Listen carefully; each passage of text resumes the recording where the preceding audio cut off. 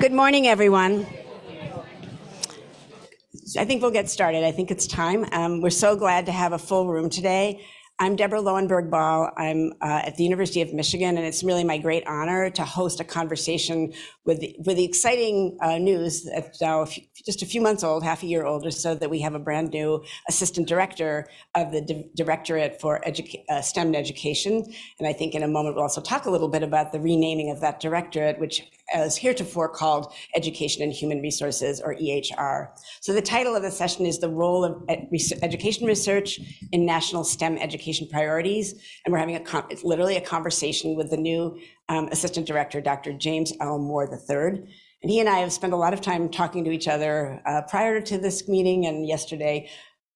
Probably won't talk about everything we talked about yesterday, but I'm really delighted to introduce Dr. Moore to you. And we're endeavoring to put a link up on the screen, which will make it possible both for those of you who are streaming and those of you who are in the room to add questions that I might use in the kind of conversational approach we'll be taking here.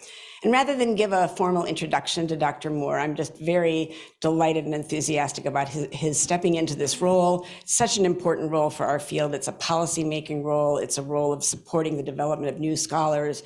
It's helping to support the ways that we grow our fields. And I'm sure that's a lot of what many of you are interested in hearing more about what Dr. Moore's visions are and some of the issues that you're having that will be useful for him to hear. So welcome to all. And with that, I'd just like to invite you to just say a little bit, decide of all the things that you've done, what would you like to say right now about what you've been doing prior and why what you're bringing is so important to this role? Thank you, Dr. Moore. Well, first of all, I want to give Deborah a hearty round of applause because of her tireless, fearless leadership in this space. And by the way, if you don't know this, she was reappointed to the NSB, and she's the only STEM education researcher that we have on the board. And so we're very, very excited in the Directorate for STEM Education. But also, before I get started, I want to thank Felice Levine for extending this invitation for us to have this frank dialogue. And we want it to be a dialogue, not a monologue, and as well as all the many individuals in here. And I have to do it now because we won't have time, but I ask all the noble ones from NSF to stand so you can pick their brains. So all my NSF colleagues, if you would stand so they know who you are, because these are the ones behind the scenes, front line that make things happen. So we got through the most important things first because, before I tell you a little bit about my background, I have to say who I am, right? I think that's very important. And why do I have this vigilance and this unwavering commitment? I go to bed thinking about this, and sort of like I can blame my deceased mother for this. She worked in social services, and I knew social services wasn't my realm, but I recognize education and its importance. Being what I like to say, a son of the South. I'm from South Carolina, and I was shaped by that experience and all my loved ones. I fundamentally believe that education is a right and that people should have access to it to realize their dreams and aspirations. And so with that backdrop, I got into the educational realm as a teacher, as a counselor, a district level administrator, assistant professor, associate, full, now distinguished professor. I believe education can create the kind of gestalt. How did I get in STEM? I worked in engineering. I did a dissertation on it. I gave birth to my dissertation on June 14th, 2001 p.m. And most dissertations, we want to push it to the side, but it becomes a part of your identity. And so my dissertation focused on African-American males in engineering, and I began to carve out a space for myself in that realm. But I recognize that many of the grand challenges in education, particularly in STEM and non-STEM spaces, the factors tend to be the same at every juncture of the educational pipeline. And so a lot of my research looks at from K to gray. And it was just a fitting, the right moment for me for this opportunity is one that I don't take lightly. It's one that I take very, very seriously. My mother would, if she was here, she would say, I take everything too seriously. Because, I'll close on this, our directorate is arguably the most influential entity in the federal government that focus on STEM education in the country. And some could argue educational research broadly. And so every day I come in contact with some of the most brilliant people who see the work as noble and who's engaged on a daily basis to do use-inspired research. So that's a little bit about me. My children didn't know much about me. My son, he's in 11th grade until he was the 3rd grade. He didn't even know I had a doctorate because I don't have any of that stuff in my house. And he Googled me and he said, Daddy, you famous. And so, but nevertheless. I know there's much more to say, but I know we also have lots of things that you're eager to talk about. And I guess one place to start would be, as this emerged, this opportunity to consider becoming the assistant director of the new division of STEM education, what were some of the things that inspired you? You've done many things, and you were in the middle of, you didn't say much about this, but in the middle of extremely important leadership at The Ohio State University.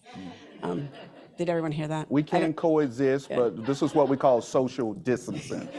I'll say it louder. I don't want to be impolite. The Ohio State University. But you were engaged in a broad range of leadership responsibilities on that campus, which I suspect and I know tore at you a bit because that work is, of course, unfinished. It can't be finished. Yeah. You want to say a little bit about both what you were doing and why you chose to take up this invitation, really, a very enthusiastic invitation from the National Science Foundation? Yeah, well, I had the pleasure to be the Vice Provost for Diversity and Inclusion and Chief Diversity Officer, and basically run one of the largest, oldest, most comprehensive Office of Diversity and Inclusion in the country. It has a storied history, and you know, we're a land grant. We're Michigan and Michigan State at the same time. There's a constant tension between the two. And we were able to do some things that were quite amazing. I had 2 Rhodes Scholars come out, a Truman Scholar. 50% of our scholars in our Moral Scholarship program were STEM majors. They were getting into top graduate schools, medical school. And I learned through my own research, being a teacher, being a school counselor, being a district level administrator, I learned how to create an apparatus of success where people expect people to achieve at a very high level. And that was my first chance to try to put those ideas in motion. But I have my scars. When you do DEI and work, there's no permanent friends or permanent enemies. It's just common agendas. So I learned, but I always lived in my head. That's why my head's so big. I'm always thinking about things 6 months because I'm from the South and I'm slow talking, so my mind process. So I have to think about things long before everybody else was thinking about things. And so I was ahead of the curve on the Fisher case. We made changes that people are having discussions about. And it was hard for me to leave. Deborah was the original, she was the search chair, by the way. She called me a couple of times, and if you ever seen NSF job descriptions, they're not too appealing. They're very cookie cutter, but I had been at NSF before, but I was in a different directorate. I was in engineering and had an opportunity to contribute and I think add some value. And when I saw it, I went behind the curtain and I went to the website. I saw what some of the things that they were doing. And as a result of George Floyd, they rolled out a new initiative called Racial Equity. And that kind of made me take a deeper dive. But if you ever met Punch, our director, I encourage you to Google him. He's so charismatic. I've never met a scientist. In fact, outside of Gordon Gee, I've never met any leader in higher education that is so compelling and seems like they believe what they're saying. And I said, this is the moment.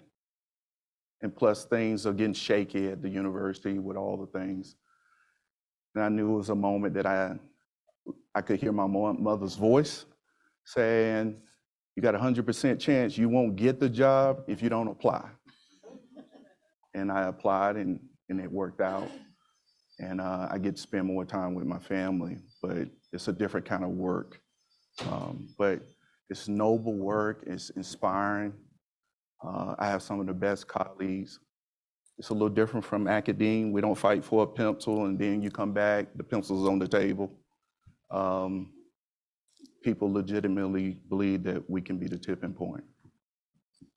Well, I know many times when we've been talking, you've invoked the memory of your mother and the different lessons that she taught you, and you've just shared a couple already.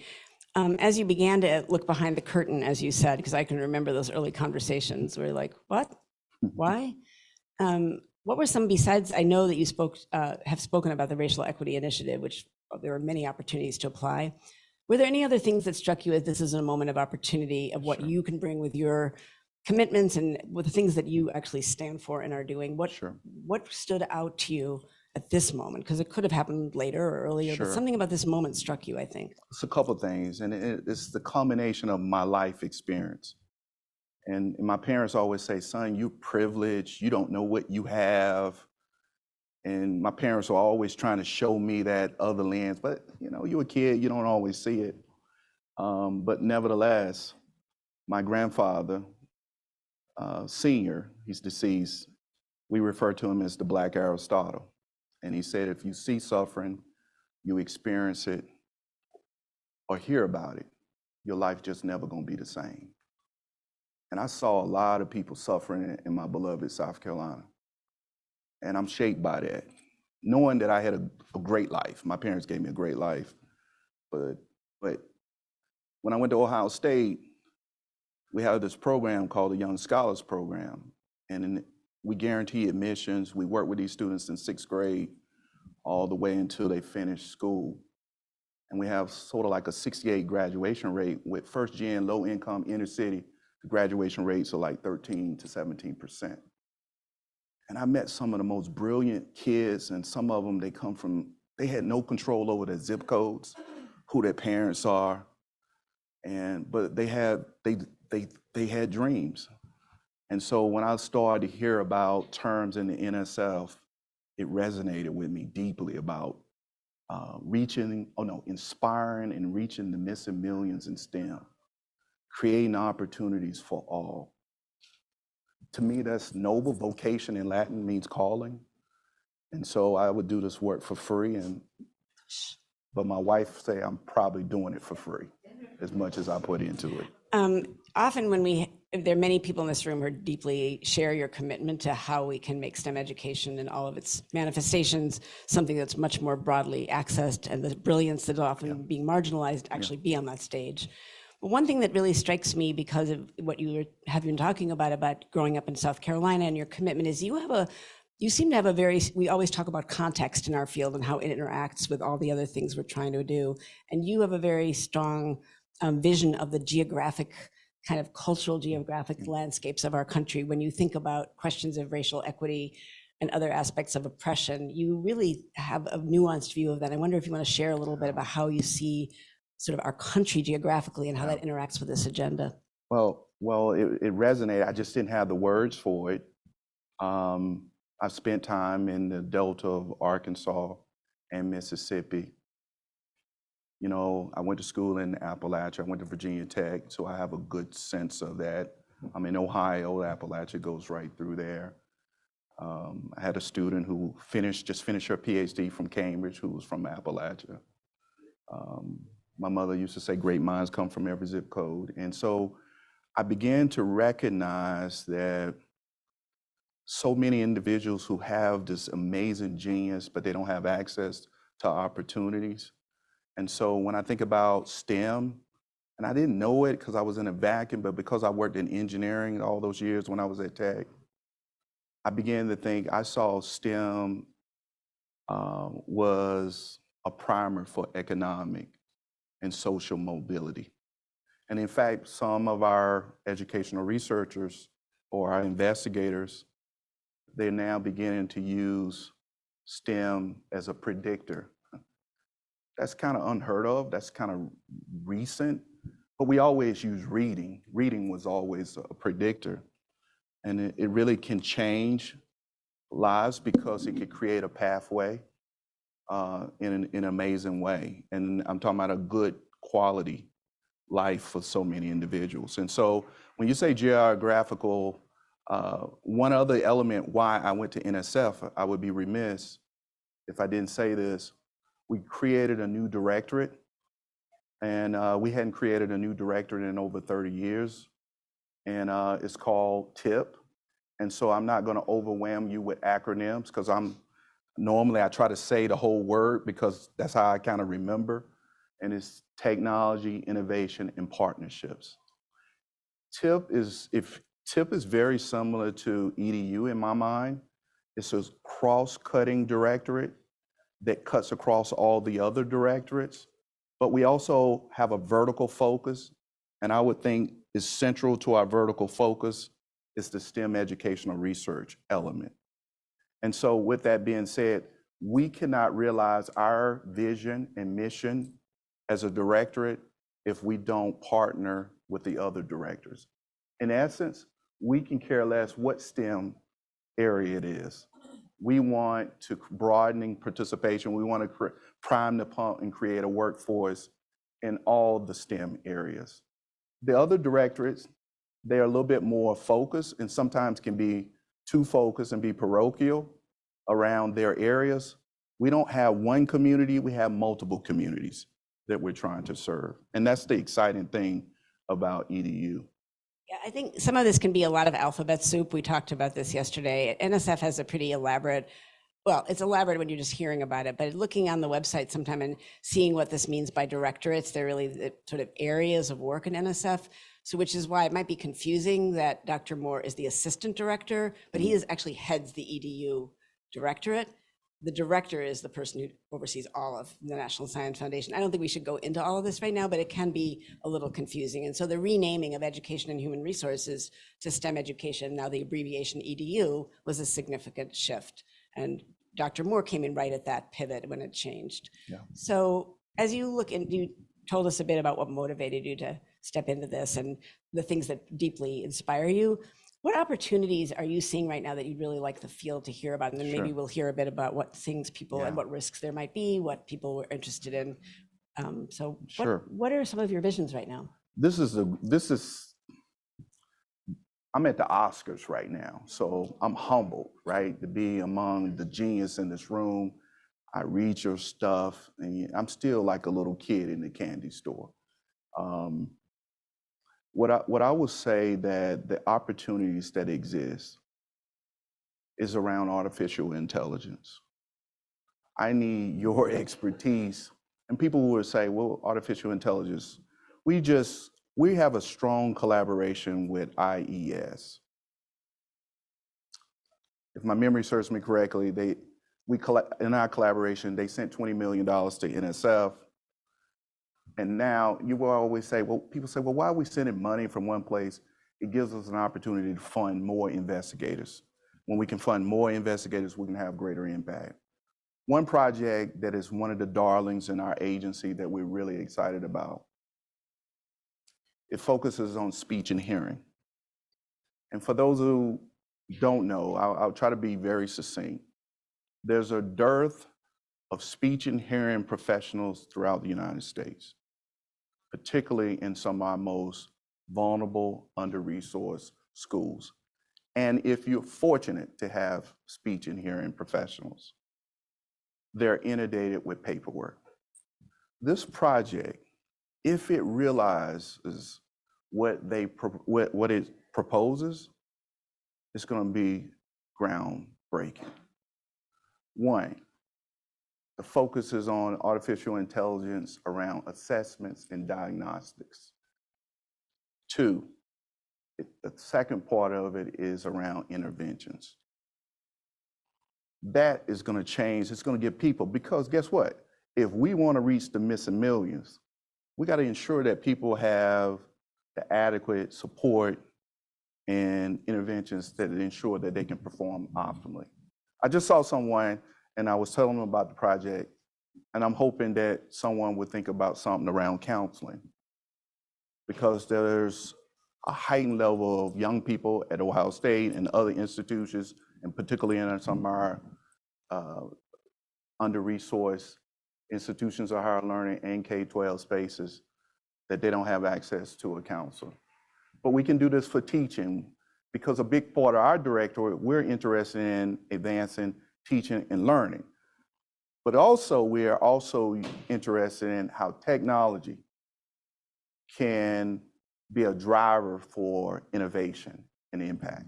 So I think many people have been hearing Dr. Gloria Ladson-Billings over the last 3 years, well, last 2 for sure, cautioning us that from the beginning, she was cautioning us, as many people were, we're not just going to return to normal after the pandemic, that the normal has not been good for so many groups of people consistently. And as we are kind of emerging from it, she's been saying increasingly, there are lessons that we learned from this period that we should notice. Not all the things we talk about tend to be what didn't go well, what was harmed, but we also learned some things, and she's been giving examples. And I think some of your vision relates to, let's pause for a moment and think what has been impossible before, that some things we're learning about technology could actually take us in new directions. What are some of those things? I can tell you that that's one thing down the new frontier, but not only that, now we have these self-regulated learning modules that individuals can close gaps in their learning that many of our investigators have created. Our investigators have created curricula and all types of database, evidence-based professional development that we know that we can take to scale. But I met with some program officers, and I was just I'm trying to meet with everyone to get a sense of their programs and how we can take everything to scale. So I asked the same questions over and over again. It's not that I'm trying to trick people. I like to make sure I understand, and it just keeps going through my head always. And so one of the things I said, if we want to reach from my perspective, spending years, decades in some of the lowest performing urban school systems in Ohio. And I got a good sense, because I still use MapQuest in Columbus. I've been there for so long that people look at me, how long you been here? I know where the schools are, and I know where the university is, because that's where I spent all my time, especially when I was single. So much so that they thought I worked for the district. And so to make a long story short, I believe technology is critical. And I think we have to think about it, because when I talk about, because we also invest in STEM teachers, but when I talk to people about that, Deborah, it's futuristic. And that's not right for the people who don't have access today. We can't wait tomorrow, we need it today. And we always talking about moving technology at speed and scale. Those are things that we're constantly talking about. But if you create technologies, because we got a lot of smart people around the country, and if we give them parameters, I think they can create it. But if they don't factor these things in, it will stay in the closet, especially with under-resourced schools. One, it has to be low cost. So if you're working on something that's costs a lot of money, some of the school districts like Cleveland or Youngstown, they won't be able to afford it, because they have to put their resources in other kinds of things. The second thing is, most schools have access to internet, but if you've been in some of these schools in these rural and urban areas, it has to have low broadband to be able to utilize it. And 3 is what I think AERA and the people in this room, without me knowing your backgrounds, we need to have evidence-based professional development, and they have to be offered to the teachers and the learners on a continuous basis. I wonder, often we have these conversations and it seems like it's an up-down kind of thing. We want technology or it's bad. Undoubtedly, there are some things that are particularly, would be really fruitful to be using to designing things as you're talking, and some that you would say, I'm not sure I would go there, that might just replicate the harms we already see replicating in classrooms. Are there some things in particular, or you're inviting the field to think, but are there some things in particular where you think, actually, we could bust some of those barriers and some of those harms that are replicated in classrooms? Technology could be a lever for that rather than a reinforcer of that. And sort of, let's dive a little more deeply here. Well, first of all, it's important that if you embark down the journey around artificial intelligence. We know that sometimes the machine mimics what we see people do on a day-to-day basis. So it's important because we're big proponents of having diverse teams. And I think it's very important when I say diverse teams, but also having diverse training. And because the reality of it is, that's one of the grand challenges that we have around artificial intelligence is oftentimes the machine mimics the biases that we see from people. But if we can work out those biases, we might can have more students who are identified and placed in advanced STEM courses, in advanced programs. But you have to have the right people with the right expertise. We can't be so arrogant and say, I know this piece. We really need to have a cadre of different talent. We, at the agencies, particularly in the bench science and other areas, they like to say, the term is convergence, but it's another way of saying interdisciplinary research or multidisciplinary research. And not only that, I like to say that is equally important because we care about pathways. And at that doctoral and master level, it's important to engage our students in new frontier research, but how to do research in some of these school districts. I'll say this, I applied, most of my funding in terms of federal agencies came from U.S. Department of Education or NSF. NSF research, but programs, U.S. Department of Education and USAID. I applied for IES, no critique, but at that time, that was in the early days when we were founded. And it was really focused on the particular methodologies. And it wasn't that I didn't think we could do it in the sense that we had the expertise to do it, but I had grand challenges with doing it when you have high mobility rates of the students, when you were having people take over the schools, the principal is there one day, and next thing you know, the principal was escorted out of the school. It's hard. We have to help our new researchers to do research, even though we outline in our proposals, but we need to have other mechanisms where we still can get robust data and evidence that it won't blow up the project. And these are strategies and things that we're thinking about. How do we prepare educational researchers for the new frontier? And the last I would say, we recognize that it's important to build infrastructure for these things. Now, at Ohio State, we have different resources than maybe at places that we would refer as developing and emerging research institutions. We have to build those capacities. And when I think about some of these institutions, I don't want to say any names because I don't want nobody to get mad, but you fill in the blank. Some may not have an institutional research officer. Some may not have the same kinds of resources that we have at an institution like mine. And to me, to advance inquiry and discovery, we need all who have the genius and capability and access to be able to be a part of the new frontier. And some of our institutions, we like collaborations with the more resource and under-resourced, but this is the challenge. I know from being at Ohio State, some people don't want to leave us out because they don't think they'll get the grant, but also they don't really want us in there because we take a big part of the money. These are inequities that we have to really kind of reconcile. It's hard, but we're having those tough conversations. The theme of this conference is about consequential research, and across our field, there is a growing, I hope, debate about what the appropriate things we want STEM education, high quality STEM education to do. In other words, outcomes. And I know that across this meeting, there are many scholars who are supplanting some of the traditional things we thought were most important to look at, like test scores or narrow kinds of test scores.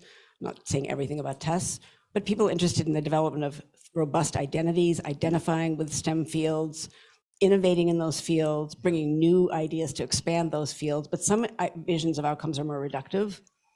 How are you thinking about where what are you thinking are some of the most important outcomes we want to turn some education research efforts, measurement efforts, study efforts? What is it we want STEM education? What's the purpose of it? We hear a lot about workforce at NSF, but I know you have a vision Sure. that relates to that, but is also much more than that. Is that right? Yeah, I like to think so, but I would say at the core, without being long-winded, is it's at the end of the day, we want optimal success for every individual. And we don't want someone to dictate what that optimal success is. We want to advance teaching, we want to advance learning, and we want to do it in a way that we don't use these tools that we created through the federal government and we use it to say what you're not, rather than thinking about what you can become. And thinking about it in that sense, but not only that, when we talk about what do we want to produce, equally as important, because this is of importance, and I know this from working with teachers and consulting over the years in large districts, many teachers say, hey, agencies like NSF or US Department of Education, you name the agency, we produce this vast research, it's robust, but they say they don't have access to it. It won't change their reality because they don't have access to it. Now, so that's one of the things, and what we try to do more recently, if you, any of you all have current NSF funding, we put out a DCL. Can you unpack that letter, what that is? Okay, I'm sorry. I'm sorry. DCL means a Dear Colleague letter that we send widespread. What does that mean? What, can you explain that? It's really announcements. It's another word of just announcing about this opportunity that's available. And so this announcement is about supplements that we will take for some of the best ideas around knowledge mobilization. Now, that's a big fancy word, right? Knowledge mobilization. And in other words, it's basically an umbrella term that we use to capture research, use, and production of results. And it could mean synthesis, it could mean exchange, transfer, dissemination. We're interested in ways that we can take the research that has already been produced, how do we get it to the individuals who can benefit the most from it? That's a really lay. I encourage you to check that out, but equally important, I would say you will probably see more embedded, more explicit. The importance is not just the research, but have a mechanism for dissemination. So you won't be surprised that I'm going to bring this up, but yesterday when you said it again today, working on the fact that we really lack teachers in this country is a futurist agenda. And of course, we and I both know it's not just that we lack teachers. We have an overwhelmingly white teaching force with a majority student of color student body. So there are many challenges in this space that are not simply numbers. There's some questions that are coming in about how you envision, teaching plays a role in this. And so there's some complexities here. Certainly it's recruitment and so all of that. But how do you envision what it would look like for teachers to be better prepared to implement culturally situated STEM education? And why, complement to that, why do you think it seems to continue to be very difficult to find ways to teach STEM that affirm students' brilliance and identities? What those two kind of go together, but it's kind of, you wouldn't be surprised to have me pulling you back to teaching just a little bit. Sure. Well, I'm the director, and I mean, assistant director. I know you can't separate it, but I'm also a researcher. I used to be you, so it's hard to separate the two. So I'm not going to bifurcate myself if you allow me not to do that. Is that one of the grand challenges that we have in teacher education programs is that, and this was one reason why I went to Ohio State. If we want to address issues in under-resourced schools, it's more than teaching and learning that you have to be prepared to address. And so what that means is, what I've found in my own research and my own experiences is that students have a teacher prep experience that is counter to the place where they might work. So for example, I know some places that the students will go to the suburbs. And I'm not saying it's bad at the suburbs, but the situations may not be as pronounced and challenging. And then, but they had their training in a suburban situation, but they work in an urban situation or a rural situation, and they weren't prepared psychological. Because there's just like we talk about social emotional, it ain't just the kids, it's the teacher too.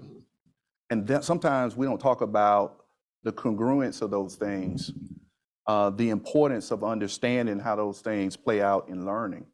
So learning, you know, for me, at the core, teachers should have the art. And I think if Punch was here, our director, he would say the art is how you inspire people.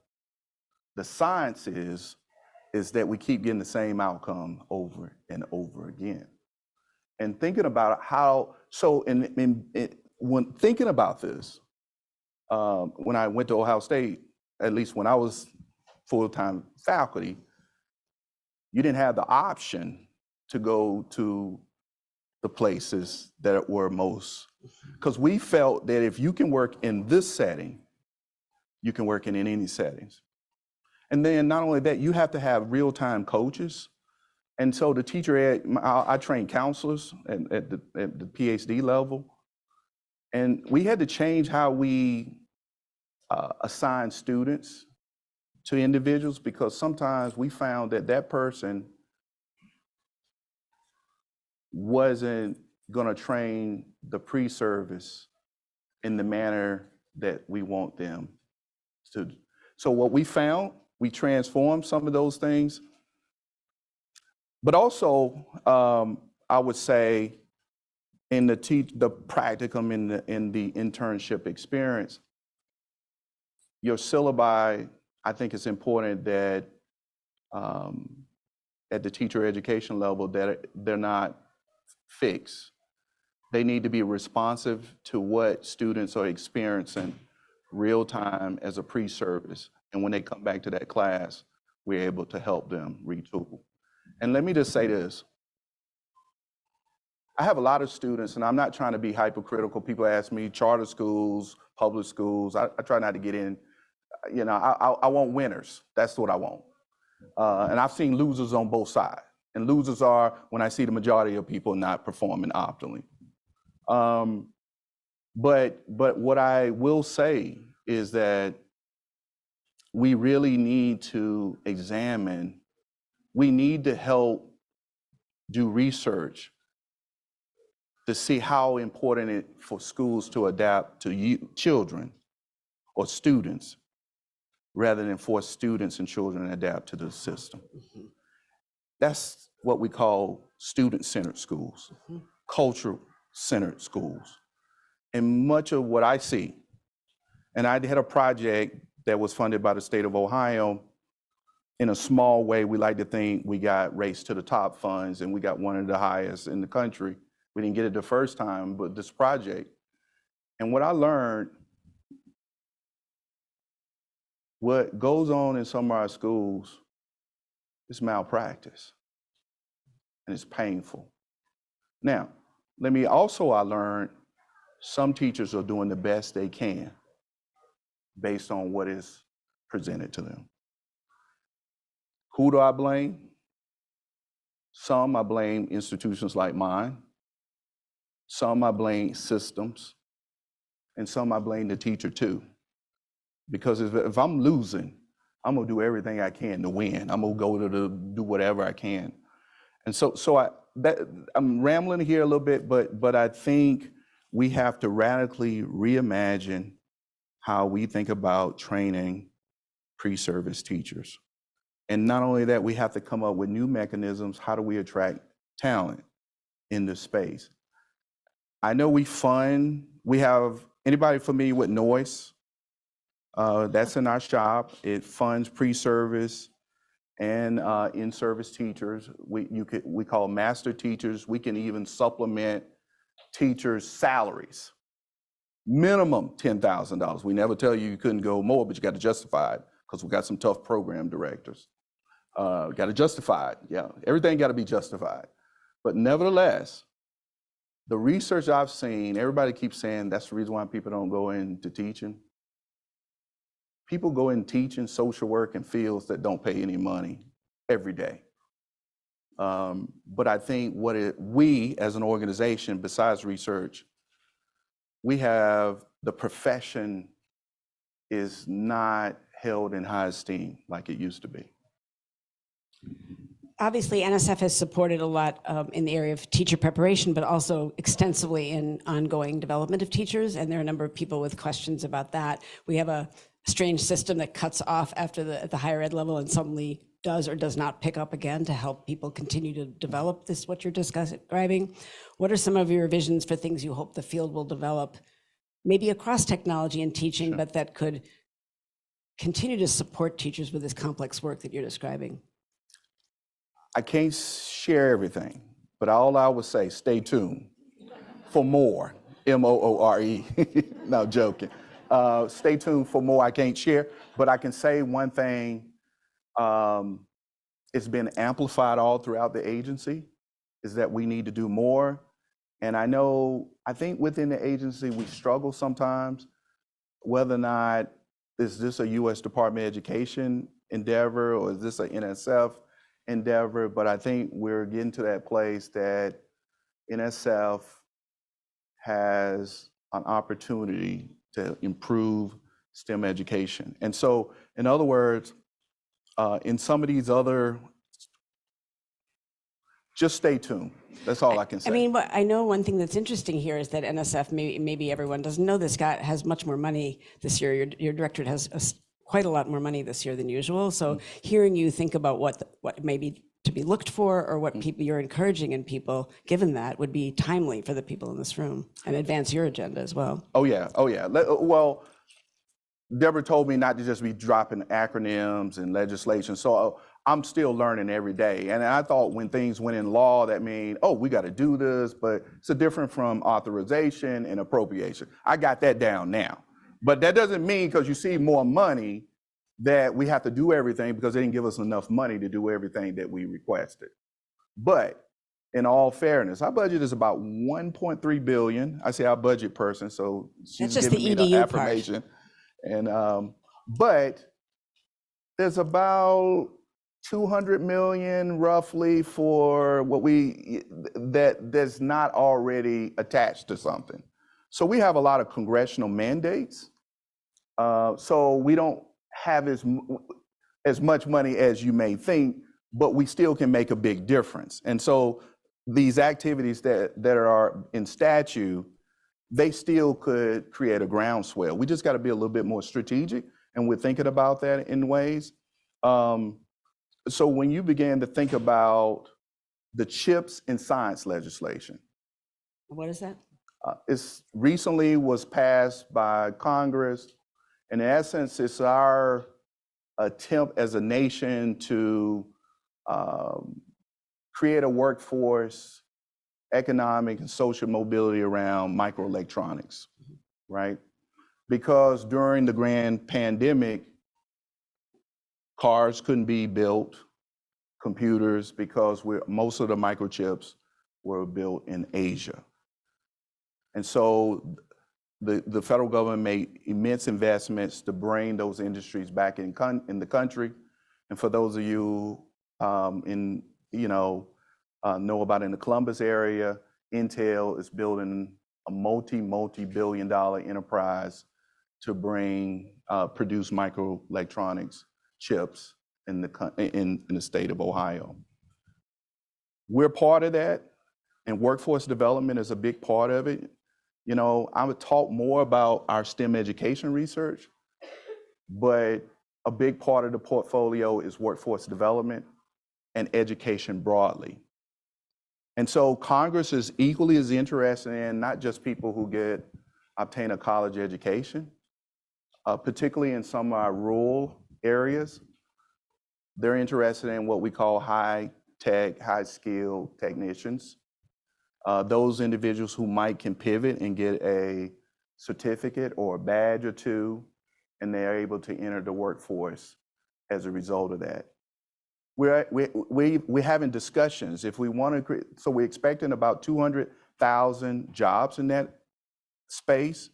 But by the way, the Biden and Harris administration have produced many executive orders and focus on what we call our priority STEM areas: quantum, advanced manufacturing, biotech, broadband, the list goes on.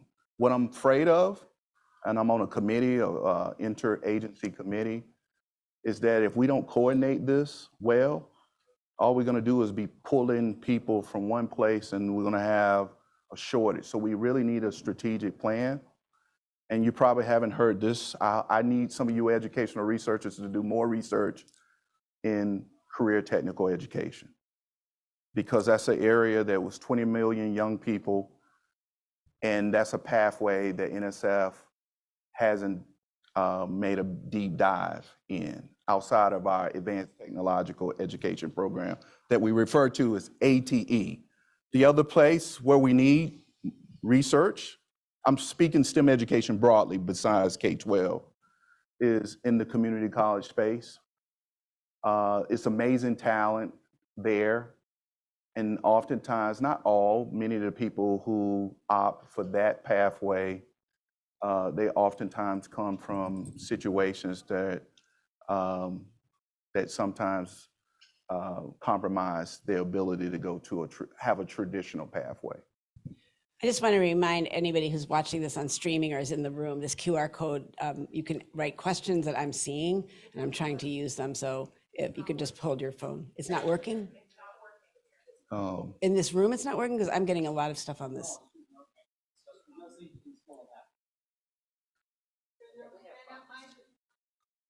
Okay. Sorry?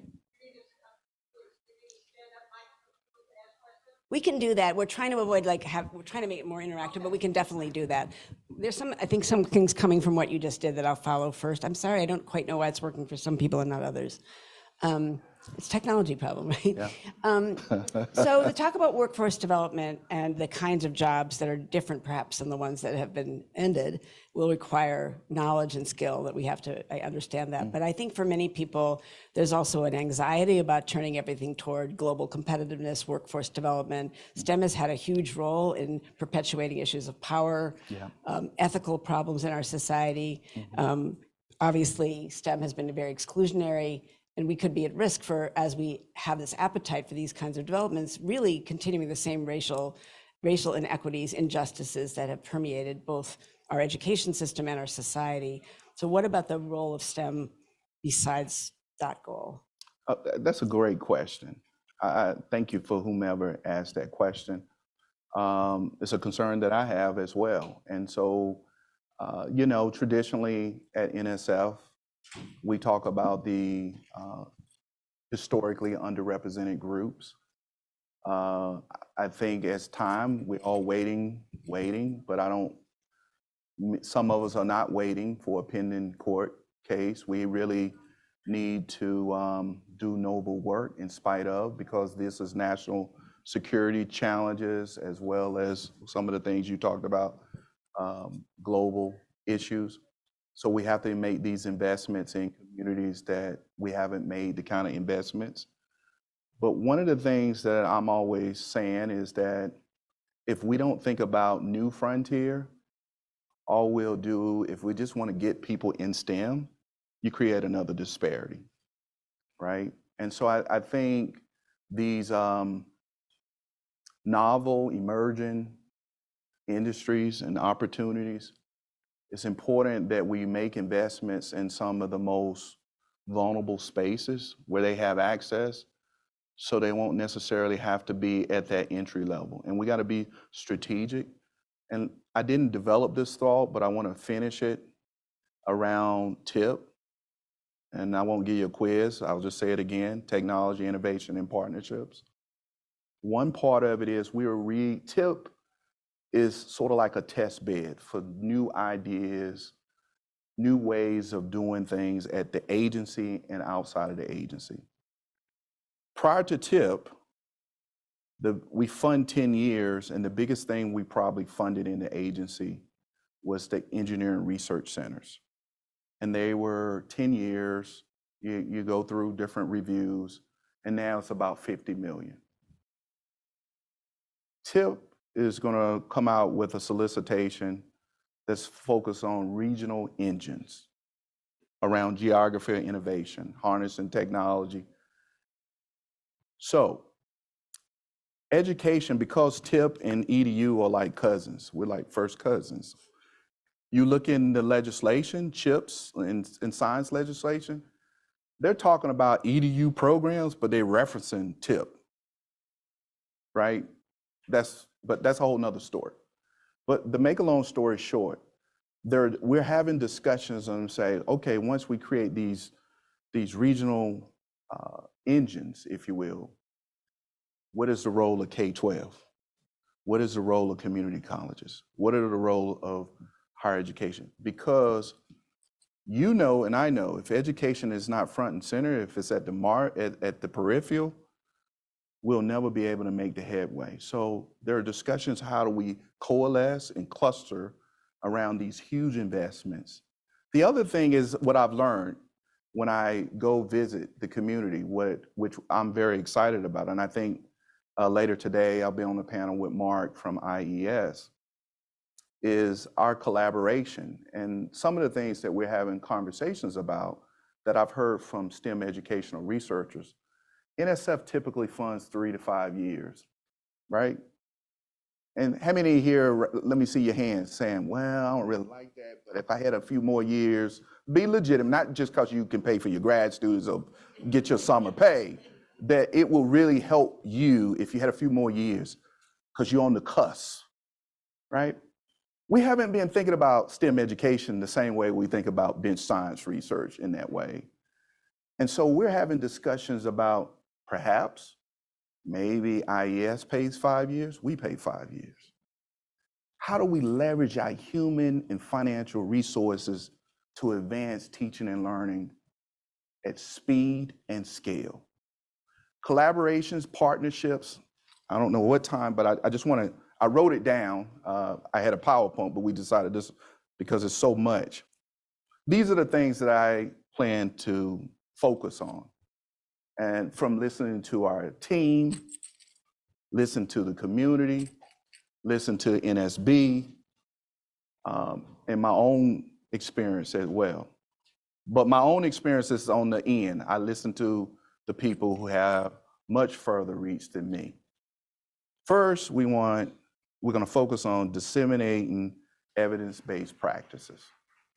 Why do the research if people can't benefit from it? I hope I can convince AERA, because we have probably, I'm a guesstimate, probably about 100 presentations that NSF has funded, PIs that we funded through our ECR program, and we're very excited about it.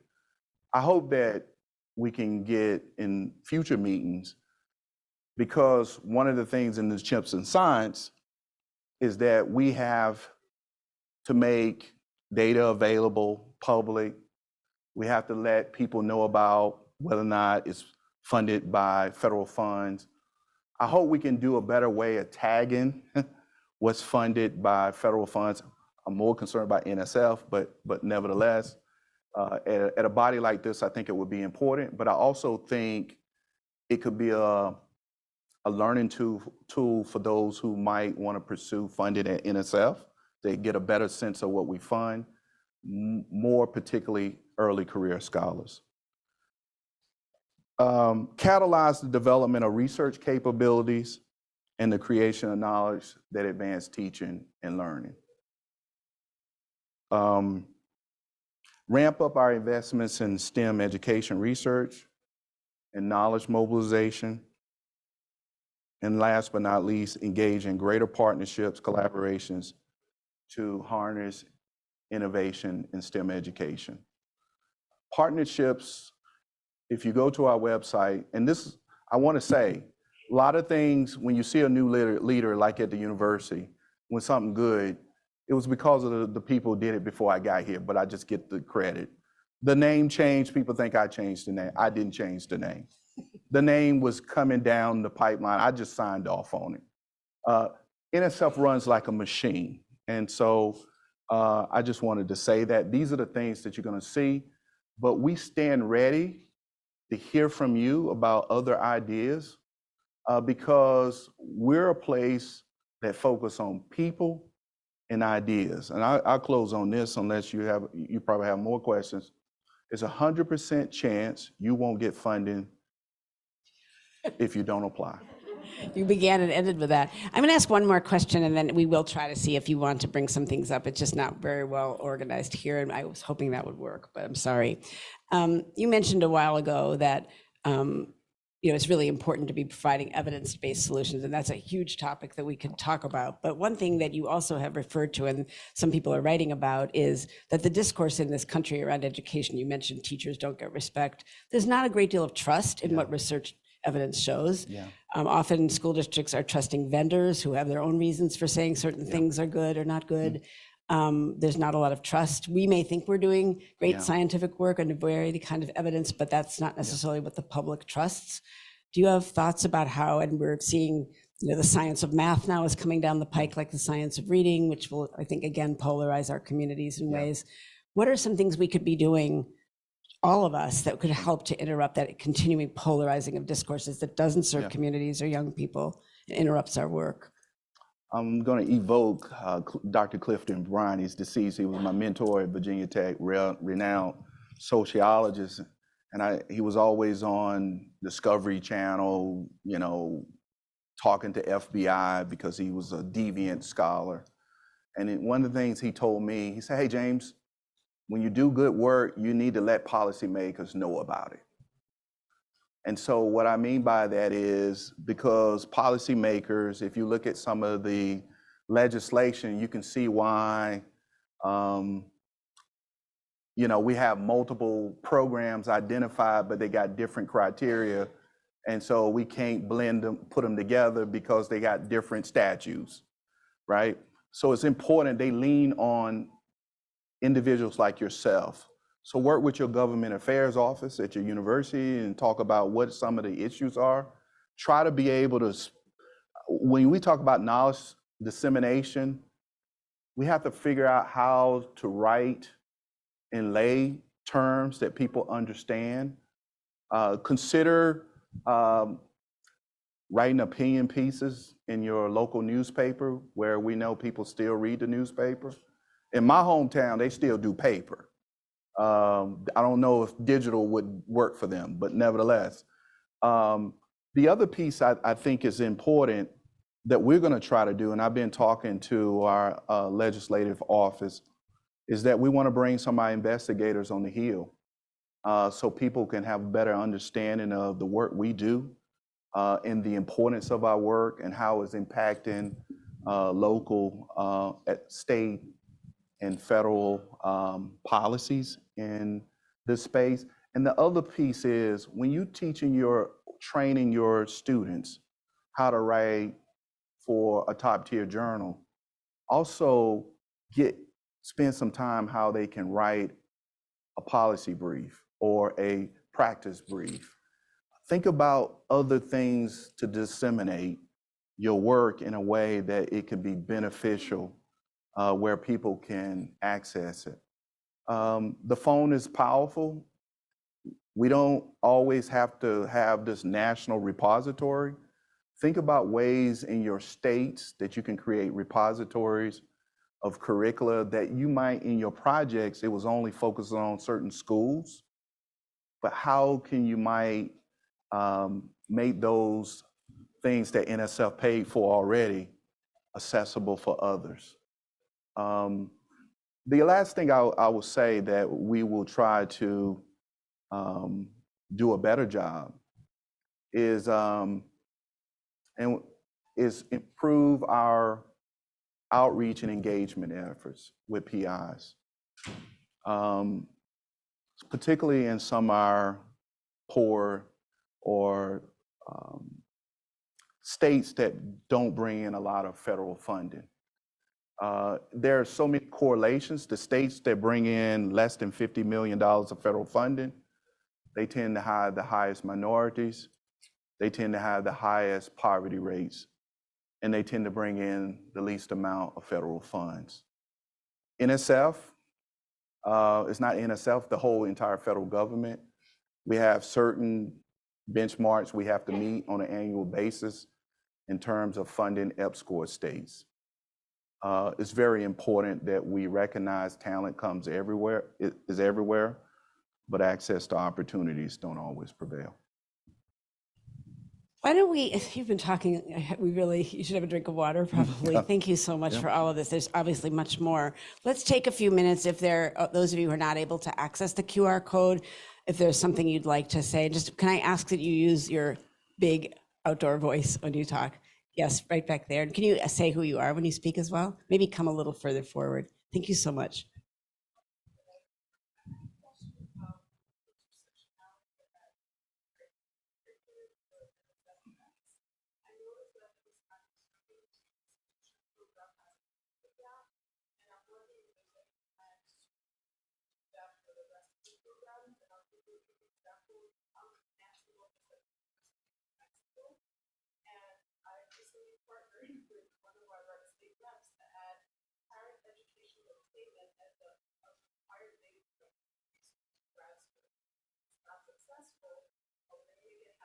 Executive order at the education level.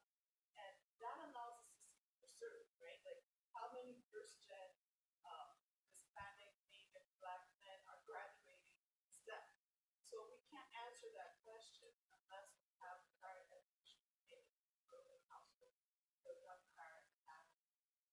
I'm wondering to what degree that funding criteria is used for all of the programs of assessment. Yeah. Well, increasingly, I would say we began to integrate within our solicitations the requirement or the solicitation for projects that look at intersectionality. And Advance is a program that we have that has played a pivotal role in improving the climate and experiences for women faculty in STEM. As well as there's right now, we have a webinar, a DCL just came out with AGAP and, AGAP. Somebody help me. Something with the professorate. Alliances, yeah. And Advanced focus on women in STEM areas. And in essence, intersectionality is important. Increasingly in our racial equity solicitation is in there. Some things, what happen when one program does it, we begin to see how it works. We get feedback from our community. We don't just radically change things unless we get feedback from the community or we use the literature as a basis to see what are the next set of questions or grand challenges that we want to tackle. Good question is very important. And I can say right now, I've been looking that people haven't really did a lot of work on. There were over 800,000 college men that didn't go back to college after the COVID. And people are not really saying a lot about it beyond popular literature. So Dr. Moore, you've been very modest. I want you to talk about the successes at the Bell Center that you've had at the Ohio State University, where you defied every damn stereotype there is about Black males not being able to go to STEM. Share what you did and your success. I'm glad you asked that question. Do you mind repeating it because you're really far forward? I'm not sure people heard it in the back. Well, she asked me about our successes. I'll leave out one word that she used, but nevertheless, at Ohio State with our African-American males. And so I'm on loan and it's my baby. I run one of the few, well, some now, but it was the only center of its kind. And yeah. And so that's one reason why I stayed at Ohio State, because some people wouldn't believe that Ohio State would make that kind of investment. And so we have one of the highest retention, graduation rates in the country. And so that was my test bed when I became the vice provost. So every level I did something, I tried to do it another, take it to scale. And our students were getting into the top med schools, law schools, leaders. And some of it is just classic research. Do I have any ed psychologists in here? Just classic ed psychology, you know, skill and will, competence and confidence. And so many groups, when you talk about identity, you know, they enter domains where the expectations is low. And but I still haven't gotten a Rhodes Scholar. Let me just say this: when the center was founded, the only racial group that the men have never passed, women, is African American. For almost 100 years, women have matriculated at a higher rate than white women passed white men in the 80s. And everybody just kind of, they're not even looking behind. It's the gaps are just increasingly. If you look at large publics, it's typically more women than men. And so it just became, you know, I've said this before, I know we struggle with affirmative action, but in the UK, they use affirmative action for men. I believe in this country, the next wave of affirmative action, we're going to be men, because they're underachieving, low achieving at a very high level. Even when we say Asian, they're achieving lower than their female counterparts. And if you go to China, had someone call me in China one time, they wanted me to come out there because the young Chinese lad is underachieving and low achieving at a high rate. These are international issues, and I hope we don't let it get to a place that, but we have an investigator among you all. He's a math educator, a STEM educator, and he was one of the inaugural recipients of the racial equity, and we're hoping that he will help us better understand what these grand challenges for these young men.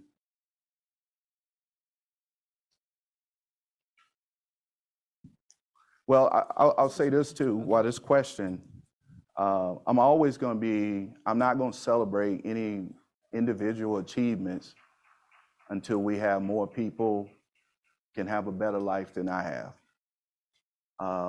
It's a lot of people struggling.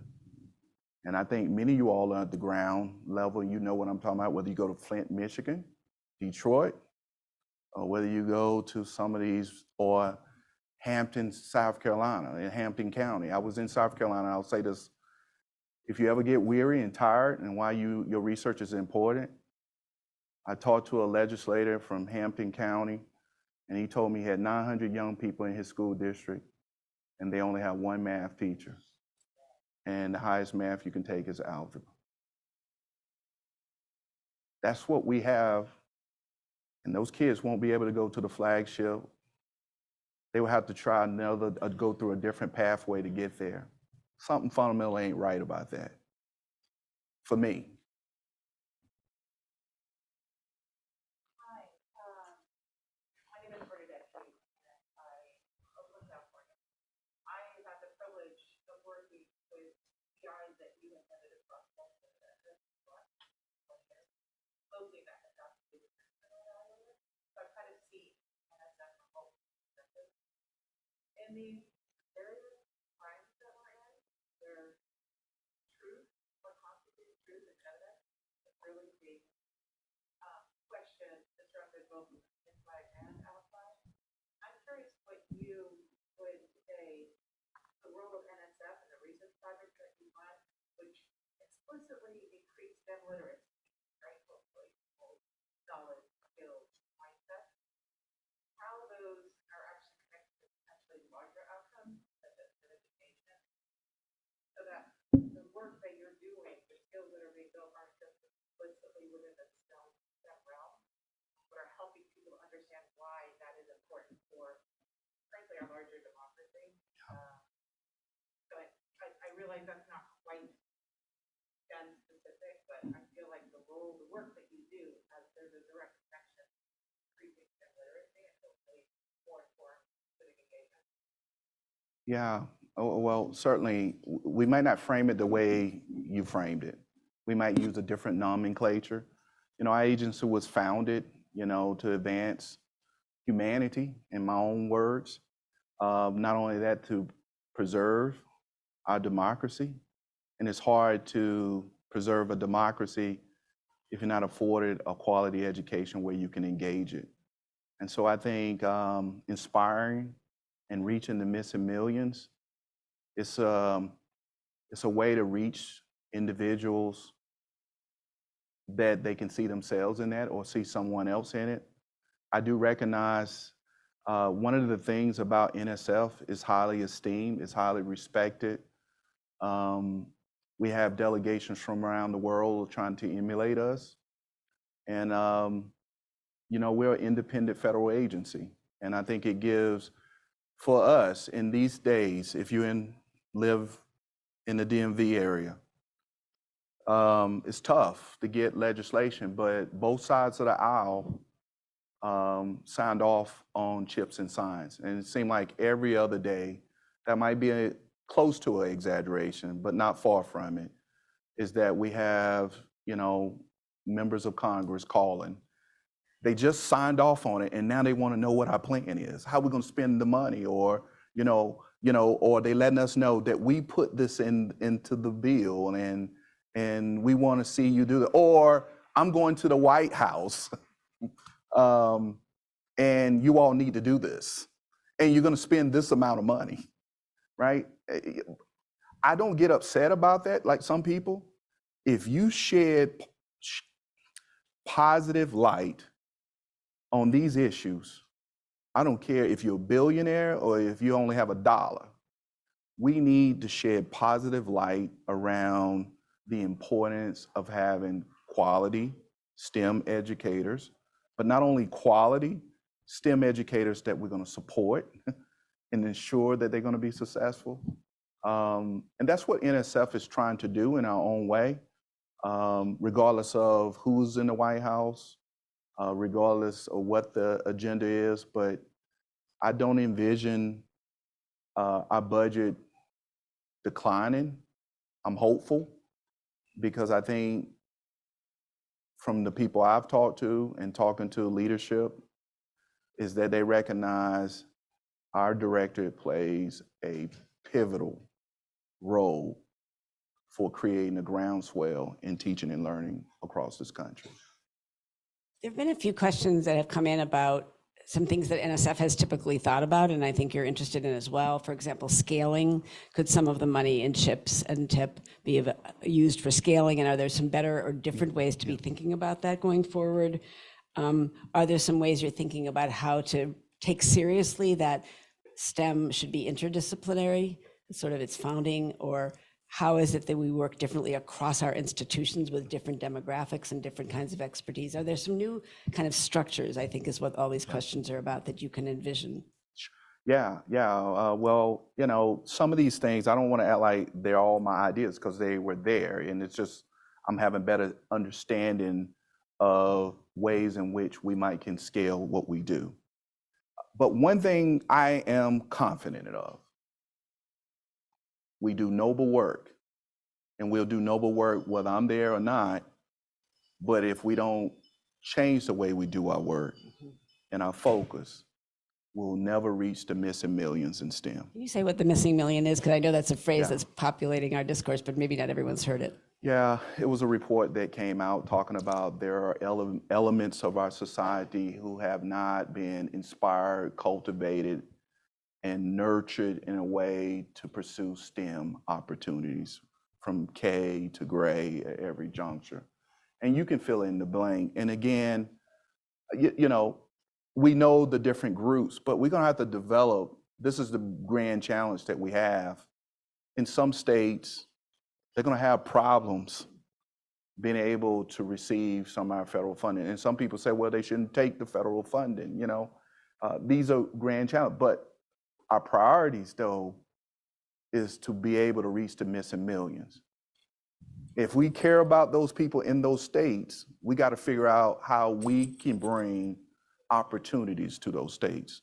I'm not ready to throw my hands up and say, well, it's the state, because those individuals, they speak, they have the status to speak for the state, but I don't think that's how everybody think in those states. And so we have to create opportunities. We have to think about our work in a way that it is inclusive. We got to think about it in a way that it pull the groups that we're talking about, that we've been talking about, but not excluding others, because there are other groups that are not. Like, I didn't talk about it. You know, there are grand challenges around individuals with disabilities, right?